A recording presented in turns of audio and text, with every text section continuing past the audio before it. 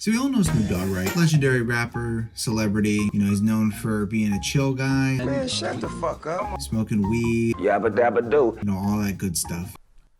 Who? But do we think of him as an acclaimed, I shouldn't say acclaimed. Do we think of him as a guy who's been in 150 movies? 150 movies. So that's more than every single person that's passing down right now. That's more than fucking Tom Hanks. And you know what they say, quality over quantity. Well, Snoop chose quantity over quality, okay? He's been in a lot of shit. And unfortunately, one of those shit things is the movie we're gonna be talking about today. Snoop Dogg's Hood of Horror. This is probably the worst. No, this is definitely the worst movie. I've had the misfortune of spending an hour and a half of my day watching. What's unfortunate is I went into this knowing it was going to be bad. Like, looking at the poster and just the name itself, I knew it was going to be bad, but I thought maybe it would be like a good bad. You know, maybe this would be a little fun to be...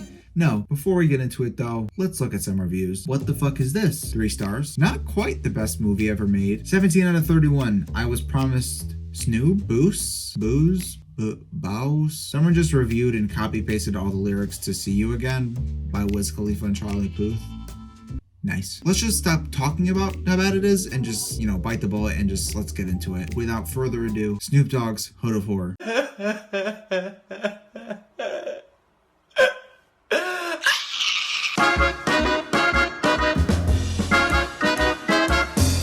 First off, our movie starts out with like 3 different animated logos. You know, whenever your movie starts out with 3 different animated logos, it's gonna be a movie. When I saw this part, my first thought was this. Well, first of all, what's going on? Because I didn't know I signed up for an animated Snoop Dogg movie, and the animation's not very good. This opening is so chaotic. I don't know what is happening. You're gonna find that out a lot. I never know what the fuck is going on in this. So this guy is Snoop Dogg, and there's just like a gang fight, I guess, but in the midst of the chaos, this random little girl gets like shot.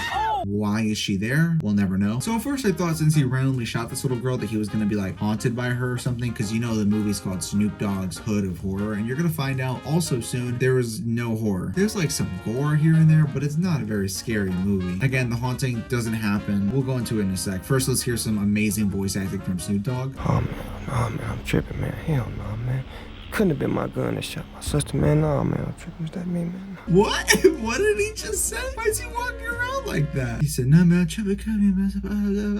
What does he say? Somebody turn the captions on. Okay, so basically Snoop meets this guy, and this guy's like, "If you work for me, I'll bring your sister back." So now Snoop dies. He's like an agent for this like devil guy, and now he has like blonde hair. And so this dude talks forever. Like, there's so much exposition in the Snoop Dogg movie for some reason. But now we're in live action, and Snoop is like a devil pimp now. And there's like this wavy filter over the shot that's really disorienting. Look at this girl on the side. She looks fucking terrifying. So basically it seems like Snoop Dogg is like punishing criminals on the street. He's like, I guess, Batman in some fucked up way. I don't know, that's not funny. Anyway, now we're gonna cut to this girl whose mom is dead, and then it's immediately cut off with Snoop Dogg talking with hip-hop music. I do it for you. Now let me tell you about my homegirl Posey. She's made death. Basically, she bumps into these guys, and these guys are like, "Fuck you, bitch." You guys are like, "Oh, you're a woman? You thought you had rights around here? You could just do whatever you want?" So they like beat her up or something, and then she's like, "I'm gonna get you guys." She starts like writing in her death note, and then this guy, this like Danny Trejo, it's actually Danny Trejo. He looks like a troll. He like kidnaps her. We proceed to have like the wildest scene ever. It goes on for so long. It's literally edited like a fucking YouTube poop.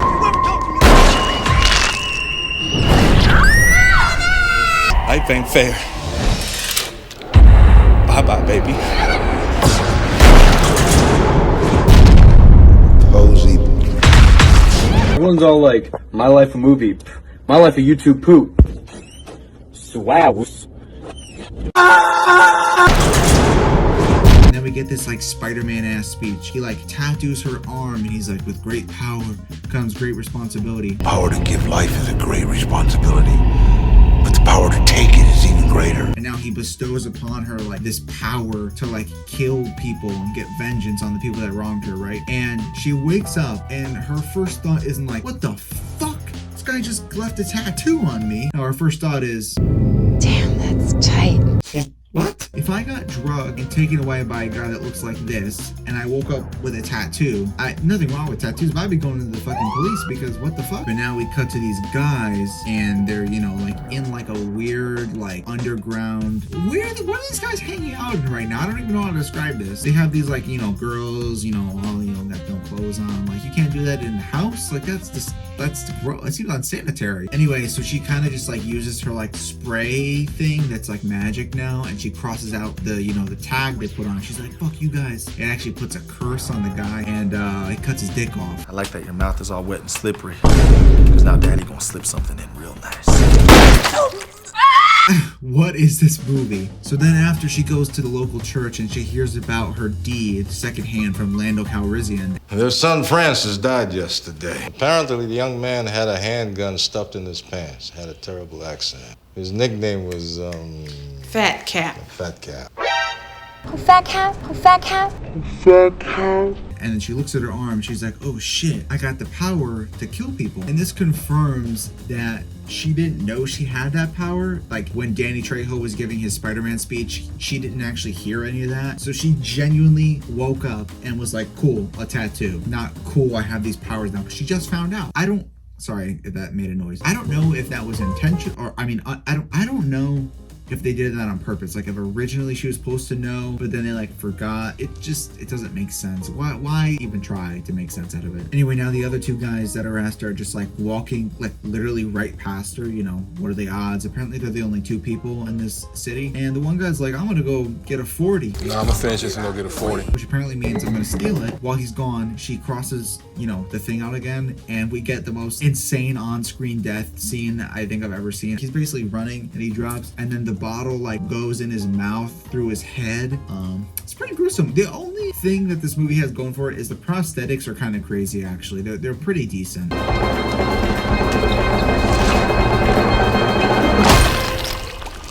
What a waste of beer.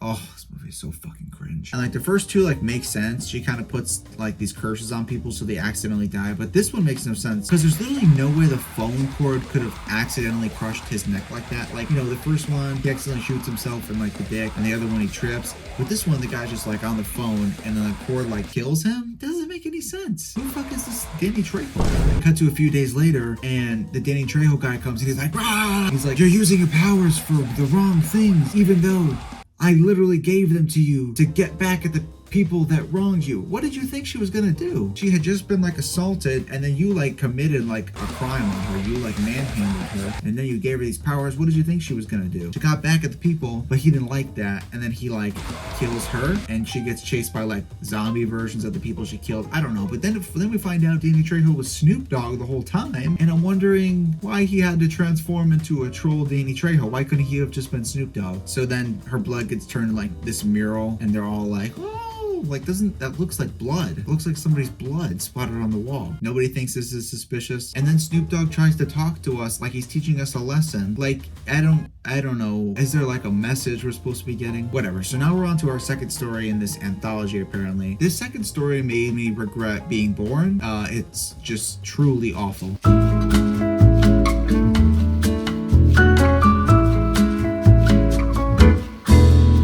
Basically, this guy's dad died and he wants his inheritance, but his dad left in his will that in order to gain his inheritance, he has to spend a year living with his former army peers who happen to be black. Because he knew his son was racist, he wanted to make him not racist. How much do we get?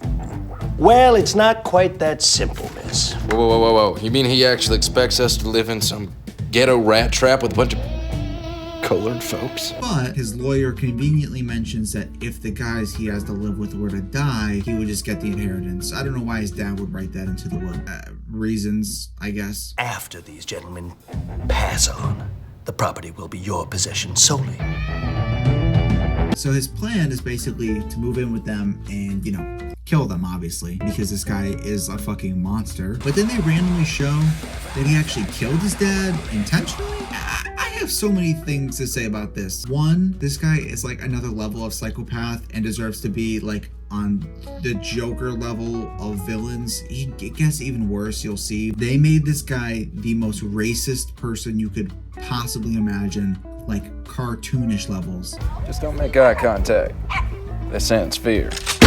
Well, ain't that some shit? 2, how is he not charged for murder? I mean, like, he literally impaled him with his car. How did they cover this up? Just no questions asked? Do you say it was a mistake? How can something like that be a mistake? So now this guy tells them that they owe his dad money for the house because apparently his dad was like lending them this house. Basically, for some reason, these guys owe him money. So now he's like, you gotta work for me, which, like, lots of stuff wrong with that, but we won't get into that bag of worms. But because of this weird agreement, apparently, he basically says, you guys gotta renovate this house, which you live in, but my dad owns, and he's gonna cut down on like their grocery budget. So basically they can't eat. He's just basically trying to work them to death. How is there no way to get around following his orders? Also, like, there's no way you can be legally held hostage in your own home. This is the worst part though, and it's just so disgusting. And again, I don't know how anybody signed off on this. There's basically a scene where he manipulates this girl Wanda into having a threesome with him and his wife. I don't need to begin to explain how disgusting and wrong the scene is. They literally lynch this woman.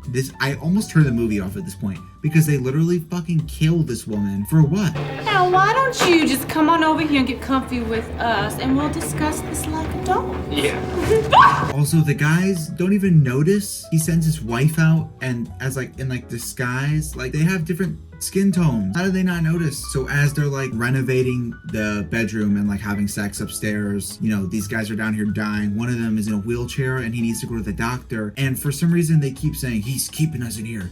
We need to take him to the doctor now. Like, just go to the doctor. I don't understand why they can't go to they never explain it. Now they're testing us, but we've been through a lot of rough waters in these. Like, he's not literally chaining you to this building. You can leave and go to the doctor. I don't understand. It was just at this point that the movie passes the point of funny bad. It becomes bad. Like, morally wrong and difficult to watch. And on top of it all, again, it makes no sense. You can leave the house and go to the hospital. God, there's another ad break. This is bad enough as it is, and I'll have to sit and watch these ads. I don't know how anybody willingly, without a gun to their head, played any part in this movie. The guy dies. They're like, that's the last straw. He dies.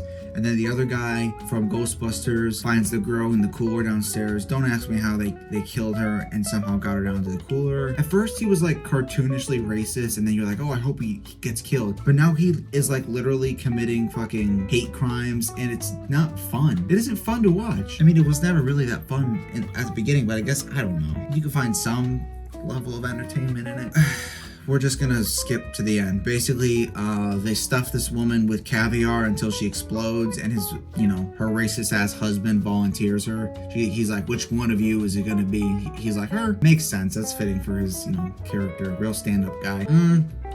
And then, basically, they send him down the stairs. He gets killed. Boom.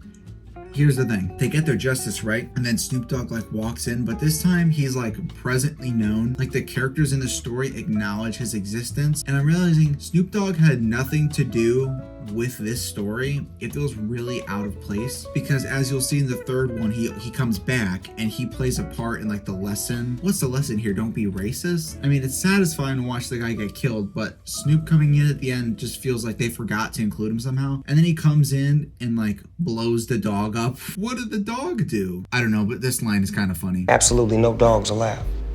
Present company excluded, of course. We're almost done. Let's just push through one more story. So in this one, we got these two guys. They're trying to become rappers. One guy is in a church and the other guy meets him and they're like, come on, bro.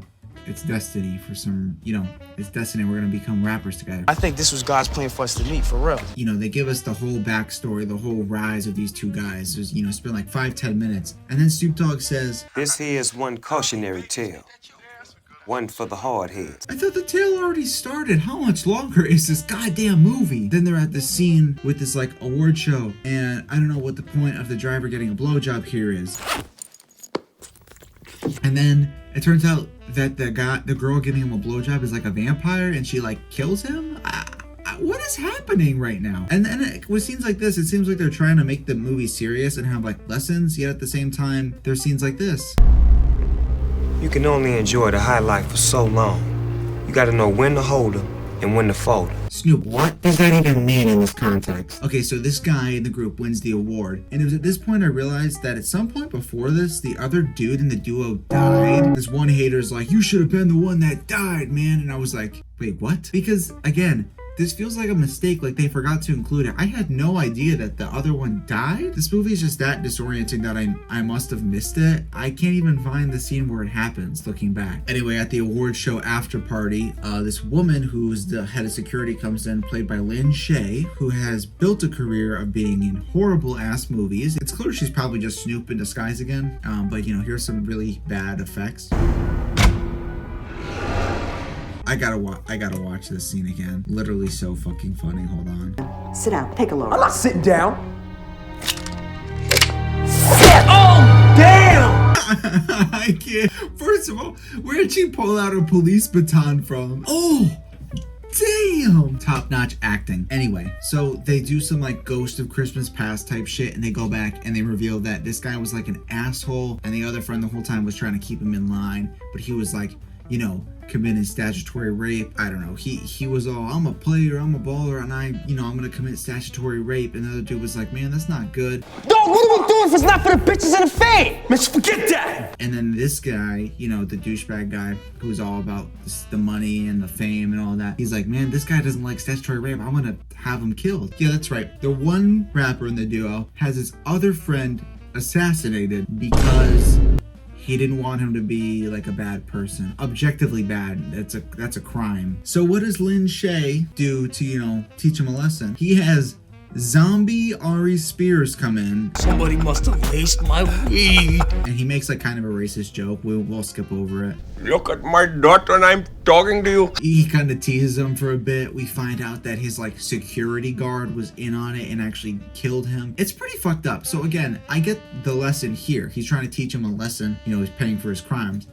But why did he wait until like this random award show to do it? You know what I mean? Because he killed him a while ago. Like with Posey in the first story, she got killed off right after she started doing all that stuff. But this guy gets to go on like months after, and then like randomly she's like, fucking, I mean, you know, Snoop Dogg's like, man, can't do that. And again, you have to acknowledge the correlation to Snoop Dogg is questionable. Like he takes these different forms to teach someone a lesson, but in the second one, he literally has nothing to do with it. These guys just kill the redneck and nothing happens, which don't get me wrong, is completely fine, but it doesn't tie in with the other two at all. You know what? I'm done talking about this stupid fucking movie. It ends where they all go to hell in cartoonist fashion, literally. Are you telling me the racist fuck who lynched a person is on the same tier as this guy who killed his friend and this girl who got revenge on people who like beat her up? It's not adding up.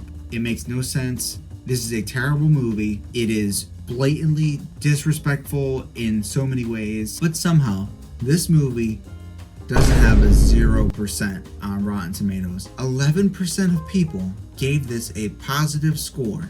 There are people on Letterboxd who are not giving this movie the closest to 0 they can. Who could have possibly given this movie, in their right mind, could have possibly given this movie a good score? Holy shit, Snoopy! This movie is insane, but we support Snoop Dogg content in this house. This dude wrote a whole book. Jesus, love it. Then why did you give it 1 star? My kids love to watch Snoop Dogg's House of Horrors. Your kids? Why would you show this to your children? Hadn't seen this in over a decade. Fun, silly flick. Fun and silly? This is not fun and silly. It's official. I've lost all faith in the human race. Could there possibly be a worse movie than Snoop Dogg's Hood of Horror? Oh, I'm sorry. What's this right now? Evil Bong? I guess I know what we're talking about next.